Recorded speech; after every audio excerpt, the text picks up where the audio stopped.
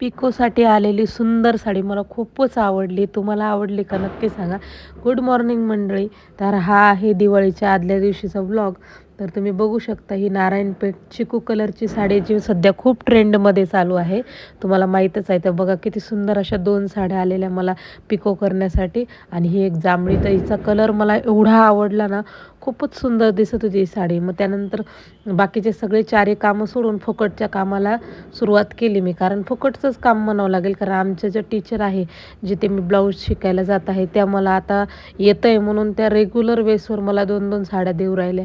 पण नाही पण म्हणता येत नाही. असो मला एका दादाने कमेंट पण केली होती, "ताई तुम्ही फुकट का करता?"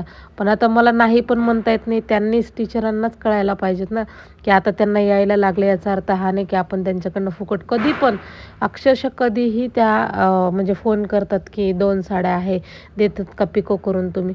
म्हणजे हातशिलाई असते ती. तर ते पिको पटकन करून घेतला कारण मला नंतर शॉपिंगला पण जायचं होतं.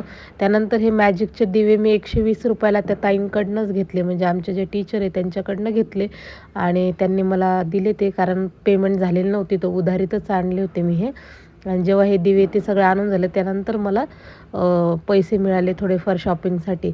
त्यानंतर मग फटाफट आम्ही आवरलं आणि भाजी मार्केटमध्ये गेलो पहिले तर आणि काय दिवे वगैरे काय मला घ्यायचं होतं ते घेतलं. त्यानंतर मला मोमोज खायचे होते. मग व्हेज मोमोज घेतले. पनीर व्हेज मोमोज. सॉरी माझी जबान फिसल रही आहे.